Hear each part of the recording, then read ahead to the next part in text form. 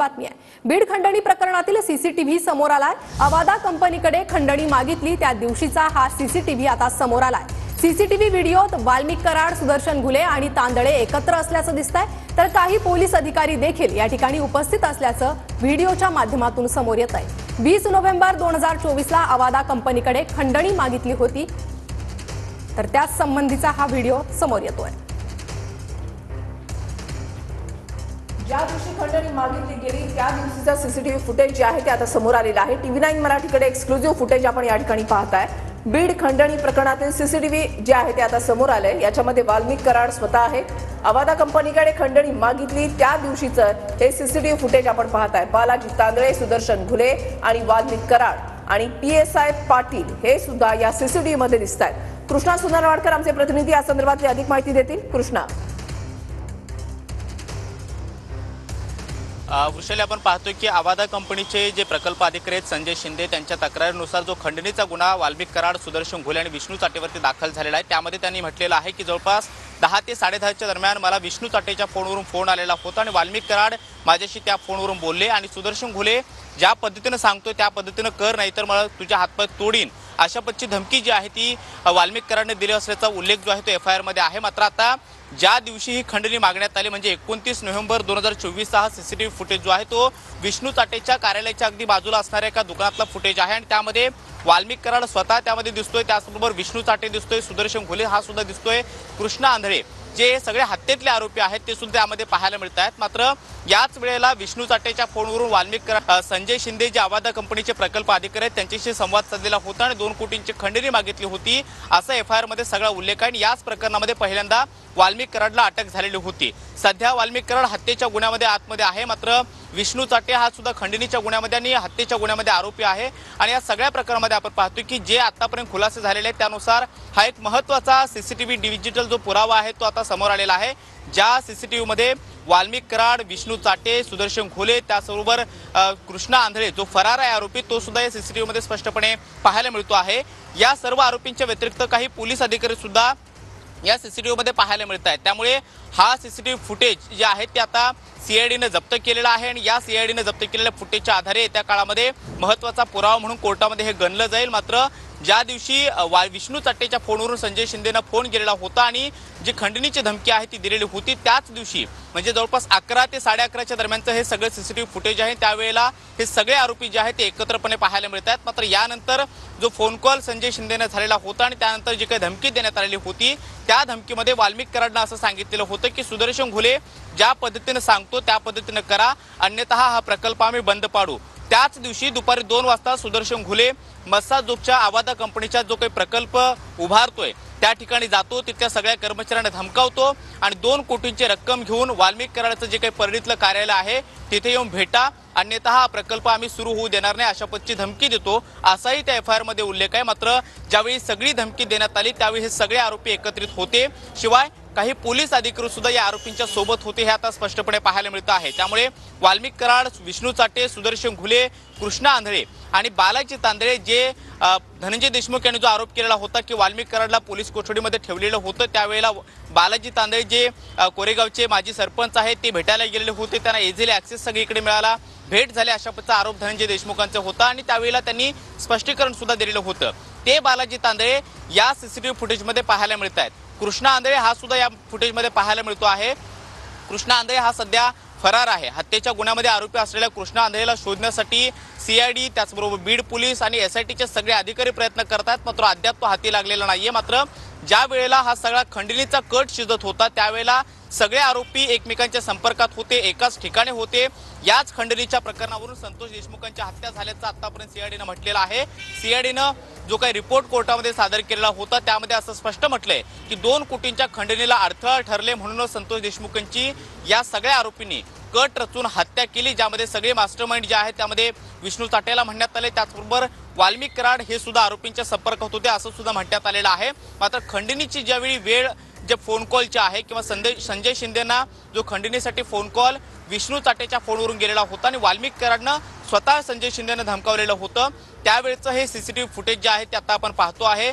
ज्या वेळेला phone call गेला त्यावेळेला सगळे आरोपी एकत्रित होते, याचा हा सीसीटीव्ही पुरावा आता CIDच्या हाती लागलेला आहे आणि सगळे आरोपी विष्णू चाटेचं जे कार्यालय आहे त्याच्या अगदी बाजूला असणाऱ्या एका दुकानाच्या परिसरामध्ये एकत्रित बसलेले होते। तिथूनच विष्णू चाटेच्या फोनवरून वाल्मिक कराडनं फोन केला आणि संजय देशमुखांना धमकावलं आणि 2 कोटी रुपयांची मागणी सुद्धा केली। त्याचबरोबर सुदर्शन घुले ज्या पद्धतीने सांगतो त्या पद्धतीने करा, अन्यथा हा प्रकल्प आम्ही उभारू देणार नाही, काम बंद पाडू, अशा पद्धतीची धमकी सुद्धा वाल्मिक कराडने दिलेली होती। त्याच दिवशी म्हणजे 11 वाजता हा फोन कॉल होतो आणि त्यानंतर लागलीच सुदर्शन घुले मस्साजोगच्या आवादा कंपनीच्या प्रकल्पाचं जो काही ठिकाण आहे तिथे जातो। तिथल्या प्रकल्प अधिकाऱ्याने धमकावतो आणि 2 कोटी रुपयांची मागणी करतो। ही 2 कोटी रुपयांची मागणी वाल्मिक कराडला नेऊन देण्यासाठी त्यांच्या ऑफिसमध्ये जाऊन ती रक्कम द्या अशा पद्धतीची धमकी सुद्धा देतो। असा सगळा घटनाक्रम आतापर्यंत सीआयडीच्या तपासामध्ये समोर आलेला आहे। सीआयडीने त्याच पद्धतीने या सगळ्या आरोपींचा रिमांड आतापर्यंत टप्प्याटप्प्याने घेतलेला आहे। मात्र आता हा सीसीटीव्ही फुटेजचा आहे सगळी एक्सक्लुझिव्ह दृश्य आपण पाहतोय, ज्यामध्ये वाल्मिक कराड, विष्णू चाटे, सुदर्शन घुले, बालाजी तांदळे, त्याचबरोबर प्रतीक घुले हे सगळे आरोपी जे खंडणीमध्ये सुद्धा आरोपी आहेत। 3 आरोपी खंडणीमधले आहेत आतापर्यंतचे, ज्यामध्ये वाल्मिक कराड, विष्णू चाटे आणि सुदर्शन घुलेला आरोपी बनवण्यात आलेलं होतं। मात्र त्या व्यतिरिक्त जे हत्येमधले आरोपी आहेत त्यामध्ये वाल्मिक कराड, सुदर्शन घुले, विष्णू चाटे, महेश केदार, प्रतीक घुले आणि जयराम चाटे अशा काही आरोपींचा सहभाग आहे। हे सगळे आरोपी आता एकमेकांच्या संपर्कात होते आणि खंडणीचा कट या आरोपींचा एकमेकांच्या सोबत राहूनच शिजला। तिथूनच खंडणीसाठी आवादा कंपनीच्या अधिकाऱ्यांना फोन करून वाल्मिक कराडने धमकावलं आणि त्यानंतर सुदर्शन घुले मस्साजोगच्या त्या प्रकल्पाच्या ठिकाणी गेला आणि तिथे अधिकाऱ्यांना सुद्धा धमकावलं आणि 2 कोटी रुपयांची मागणी केली। मात्र 2 वाजता 29 नोव्हेंबरला 2 वाजता सुदर्शन घुले मस्साजोगच्या त्या ठिकाणी जाण्याच्या आधी 11 वाजता हे सगळे आरोपी एकत्रित होते।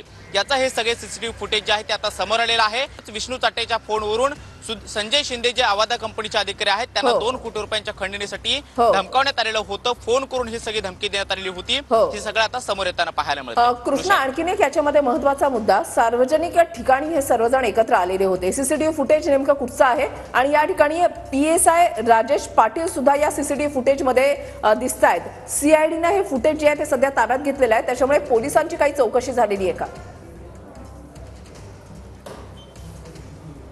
नक्कीच वृषाली, ज्यावेळेला ही धमकी देण्यात आली त्यावेळी हे सगळे आरोपी जे आहेत ते एकमेकांच्या सोबत होते असं पाहायला मिळतं आहे। संजय शिंदेने FIR मध्ये तक्रारीच्या वेळी जो काही वेळ सांगितली होती ती जवळपास 10 ते 10:30च्या दरम्यानची होती। मात्र 11 वाजता हे सगळे आरोपी जे आहेत ते एकत्रितपणे होते असं हे सीसीटीव्ही फुटेजमध्ये पाहायला मिळतं आहे। शिवाय एक PSI पाटील नावाचे जे अधिकारी आहेत ते सुद्धा या आरोपींना भेटण्यासाठी त्या ठिकाणी आले होते। त्याचबरोबर आणखी एक कॉन्स्टेबल जे गीते नावाचे आहेत ते सुद्धा आरोपींच्या संपर्कात होते, ते सुद्धा त्यांच्या जवळ होते असं देखील पाहायला मिळतं आहे। त्यामुळे सगळ्या आरोपींची चौकशी किंवा कस्टडी जी आहे ती सीआयडीने घेतलेली आहे। मात्र आता जे पोलीस अधिकारी त्या ठिकाणी पाहायला मिळतात किंवा सीसीटीव्ही मध्ये आढळत आहेत या आरोपींच्या संपर्कात होते असं जाणवतं आहे। त्यांच्यावरती काय नेमकी खातेनिहाय चौकशी होते किंवा येत्या काळामध्ये काय कारवाई होते हे पाहणं महत्त्वाचं असणार आहे। मात्र 29 नोव्हेंबरचा हा सीसीटीव्ही व्हिडिओ आता समोर आलेला आहे, ज्यामध्ये हे सगळे आरोपी एकमेकांच्या सोबत होते आणि तिथूनच सगळा खंडणीचा कट शिजला। याच खंडणीला अडथळा ठरले म्हणून संतोष देशमुखांची हत्या झाली असं पद्धतीचा अहवाल जो आहे किंवा रिमांड रिपोर्ट या आरोपींच्या म्हणण्यात आलेलं होतं, ते सीआयडी कडून म्हणण्यात आलेलं होतं आणि कोर्टासमोर सुद्धा या सगळ्या बाबी ज्या आहेत त्या मांडण्यात आलेल्या आहेत। त्यामुळे आता हा सीसीटीव्ही फुटेज जे आहे ते सीआयडीने ताब्यात घेतलेला आहे। सीआयडी कडून या सगळ्या सीसीटीव्ही फुटेजच्या आधारे तपास सुरू आहे। मात्र आरोपी हे एकमेकांच्या सोबत होते, तिथूनच सगळा खंडणीचा कट शिजला आणि त्यानंतर आवादा कंपनीच्या अधिकाऱ्यांना विष्णू चाटेच्या फोनवर फोन करून वाल्मिक कराडनं संजय शिंदेना धमकी दिली आणि नंतर प्रत्यक्षामध्ये सुदर्शन घुले त्या ठिकाणी गेला आणि तिथून सुद्धा आवादा कंपनीचे जे अधिकारी आहेत संजय शिंदे त्याचबरोबर शिवाजी धोपटे यांना सुदर्शन घुलेनं धमकावलेलं होतं आणि 2 कोटी रुपयांची मागणी केलेली होती आणि ती वाल्मिक कराड याला देण्यासाठी सूचना सुद्धा दिलेल्या होत्या। मात्र या सगळ्या आरोपींची आता चौकशी या सगळ्या पुराव्यांच्या आधारे होते आहे। त्याचबरोबर जे पोलीस अधिकारी या सगळ्यामध्ये आरोपींच्या सोबत किंवा संपर्कात होते त्यांच्यावरती काय कारवाई होते हे पाहणं महत्त्वाचं असणार आहे। हे सीसीटीव्ही फुटेज जे आहे ते विष्णू चाटेचं जे कार्यालय आहे त्या विष्णू चाटेच्या कार्यालयाच्या अगदी बाजूला असणाऱ्या एका दुकानातून प्राप्त झालेला आहे आणि तिथून या सगळ्याचा DVR जो आहे तो सीआयडीने ताब्यात घेतलेला आहे। त्या सगळ्याची चौकशी सुरू आहे। मात्र खंडणीचा फोन जेव्हा संजय शिंदेना गेला त्यावेळेला वाल्मिक कराड, विष्णू चाटे, सुदर्शन घुले, प्रतीक घुले आणि इतर जे काही आरोपी आहेत त्याचबरोबर काही पोलीस अधिकारी आहेत हे एकमेकांच्या सोबत होते। त्याच वेळेला एकाच ठिकाणी हे सगळे आरोपी बसले होते असं सध्या तरी पाहायला मिळतं आहे। कृष्णा आंधळेचा अजूनही पत्ता लागू शकलेला नाहीये। या प्रकरणामध्ये 8 जणांच्या विरोधात मकोका लावण्यात आलेला आहे। कृष्णा आंधळेचा तपास काही लागू शकलेला आहे का? त्या संदर्भातली काही माहिती मिळू शकलेली आहे का? वृषाली, या सगळ्या प्रकरणामध्ये एकूण 9 आरोपी हत्येच्या प्रकरणामध्ये बनवण्यात आलेले आहेत. या 9 आरोपींवरती मकोका लावण्यात आलेला आहे. 9वा आरोपी हा वाल्मिक कराड आहे आणि त्याच्या आधीच्या 8 आरोपीमध्ये विष्णू चाटे, सुदर्शन घुले, जयराम चाटे, प्रतीक घुले, त्याचबरोबर सुधीर सांगळे, कृष्णा आंधळे आणि सिद्धार्थ सोनावणे अशा आरोपींचा समावेश आहे. मात्र कृष्णा आंधळे अद्यापही फरार आहे. ज्या दिवशी हा गुन्हा घडला त्या दिवशी कृष्णा आंधळे, सुदर्शन घुले आणि सुधीर सांगळे हे एकत्रित होते. ते एकत्रितपणे फरार झालेले होते. त्यानंतर गुजरातच्या गिरनार मंदिरामध्ये त्यांनी काही वेळ वास्तव्य केलेलं होतं आणि त्यानंतर या 2 आरोपींना स्वतंत्र ठेवून कृष्णा आंधळे हा एकत्रितपणे दुसरीकडे पसार झाला. तेव्हापासून तो पोलिसांच्या हाती लागलेला नाहीये. सुदर्शन घुले आणि सुधीर सांगळे यांना पुण्यातून अटक करण्यात आलेली होती. मात्र कृष्णा आंधळे अद्यापही फरार आहे. सध्या बीड पोलिसांची वेगवेगळी पथकं आरोपीच्या मागावरती आहेत. त्याचबरोबर सीआयडीचे अधिकारी सुद्धा कृष्णा आंधळेचा शोध घेत आहेत. मात्र अद्याप तो हाती लागलेला नाहीये. मात्र या सीसीटीव्ही फुटेजमध्ये कृष्णा आंधळे स्पष्टपणे पाहायला मिळतो आहे. तो वाल्मिक कराड, सुदर्शन घुले आणि विष्णू चाटेच्या सोबत असल्याचं पाहायला मिळतं आहे. नक्कीच त्यामुळे कृष्णा, थोडंसं हे सगळे थांबवते. अंजली दमा